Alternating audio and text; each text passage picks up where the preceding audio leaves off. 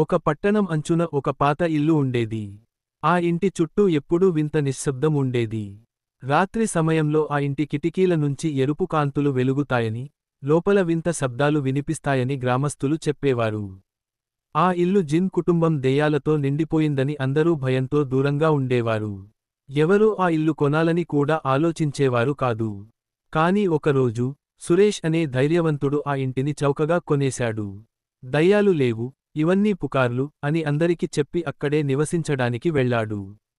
మొదటి రోజు ఏం జరగలేదు. కాని ఆ రాత్రి, బయట భారీ వర్షం కురుస్తోంది. ఇంటి లోపల సురేష్ నిద్రపోతుండగా అకస్మాత్తుగా పై అంతస్తు నుంచి పిల్లల నవ్వులు వినిపించాయి. ఈ ఇంట్లో నేను ఒక్కణ్ణే ఉన్నాను, ఇది ఎలా సాధ్యం? అని సురేష్ ఆశ్చర్యపోయాడు. టార్చ్ పట్టుకుని పైకి వెళ్ళాడు. అక్కడ పాడైపోయిన గదిలో ఒక పాత అద్దం కనిపించింది. అద్దంలో చూడగానే, అతని వెనకాల ఒక నల్లని నీడ నిలబడి ఉంది. వెంటనే వెనక్కి తిరిగి చూశాడు కాని ఎవరూ లేరు. మళ్ళీ అద్దంలో చూశాడు. అక్కడ ఒక పూర్తి కుటుంబం, జిన్ తల్లి, తండ్రి, ఇద్దరు పిల్లలు, కళ్లలో ఎర్రటి మంటలతో నిలబడి ఉన్నారు. సురేష్ వెనక్కి తగ్గేలోపే ఆ పిల్లలలో ఒకరు కేక వేసి గోడల మీద పరిగెత్తసాగాడు.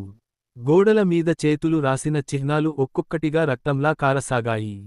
అకస్మాత్తుగా తలుపులు బిగుసుకుపోయాయి. కిటికీలు గట్టిగా మూతపడ్డాయి. సురేష్ ఆ ఇంటి రహస్యాన్ని తెలుసుకోవాలని నిర్ణయించుకున్నాడు. రెండో రోజు పాత పుస్తకాలను వెతికాడు.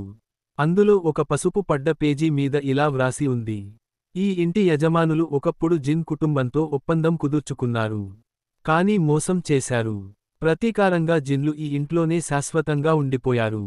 ఎవరైనా ఇక్కడ నివసిస్తే, వారి ఆత్మను కూడా తమ కుటుంబంలో చేర్చుకుంటారు. ఇది చదివిన సురేష్ గుండెల్లో గడ్డకట్టినట్టయింది. రాత్రి మళ్లీ వర్షం పడుతుండగా, జిన్ తల్లి అతని ముందుకు వచ్చింది. ముఖం మంటలాగా కరిగిపోతూ, శబ్దం చెవులు పగలగొట్టేలా వినిపించింది. ఇప్పుడు నువ్వు మా కుటుంబంలో భాగమవ్వాలి, నీ ఆత్మ మాకు చెందింది.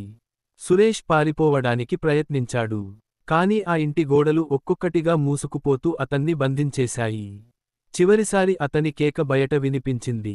ఆ తర్వాత ఆ ఇంట్లో శాశ్వత నిశ్శబ్దం నెలకొంది.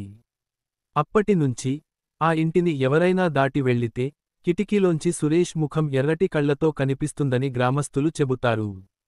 ఇప్పుడు ఆ ఇల్లు జిన్ కుటుంబం మాత్రమే కాదు, సురేష్ ఆత్మతో కూడిన కొత్త రహస్యాల కేంద్రంగా మారింది.